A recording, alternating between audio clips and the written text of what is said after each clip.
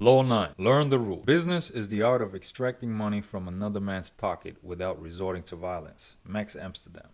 Now, Mr. Pretty Tony, you know the rules of the game. Your bitch just chose me. Goldie, the Mac. The life. When I was a kid, the movie The Mac hit theaters. It was so big that everyone was skipping school just to check out this fly shit. Not that I needed an excuse to skip school back then. It starred my man Max Julian, who was my idol. The Mac was shot in Oakland, California, and it represented real pimping. It changed the whole game. This was the first time the words rules and pimping were mentioned together on a national level. After that, pimps started talking about the rules all the time. The funny thing about this game though, no one wants to teach you shit. Veteran pimps don't want the young pimps to know anything because that would threaten their pimping. So you have to find out the rules by hook or by crook. I would try to sift on some rules of the OGs. I hooked up with this one pimp who was a junkie, but he had plenty of respect and game.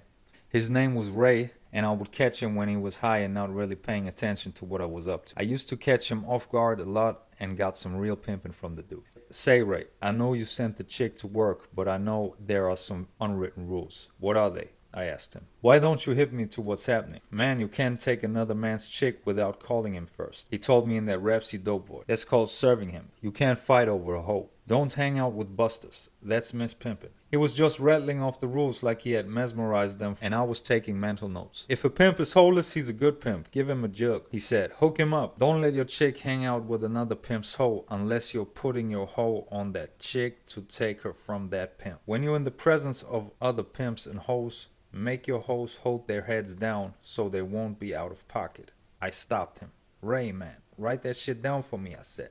I love that shit. He said, man, you can't write this shit down.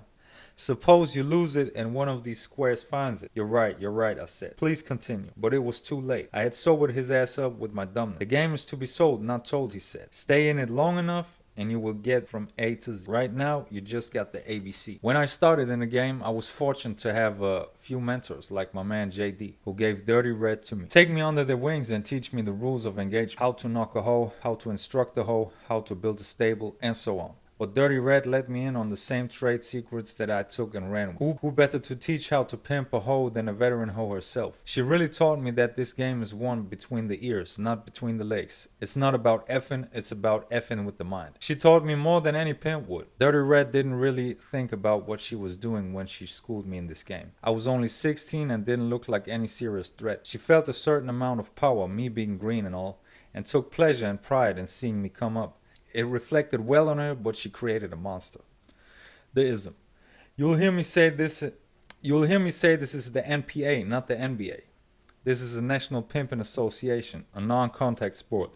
The NBA bills itself as non-contact, but there's more pushing and shoving, fighting and carrying on than a little bit. In the NPA, if you come with all of that shit, you're out. The worst pimp is a pimp who doesn't know pimping. Pimping is psychological warfare. It's not physical combat. Pimping is a straight mind game. Every game has rules, and you'd be crazy to think you can come into it without knowing them. The best players are the ones who not only learn the rules and master and manipulate them, and then come up with a few rules of their own. You have to have the ability to move and shake like a chess player. You might make a move today, but what you're really doing is setting yourself up 10 moves ahead.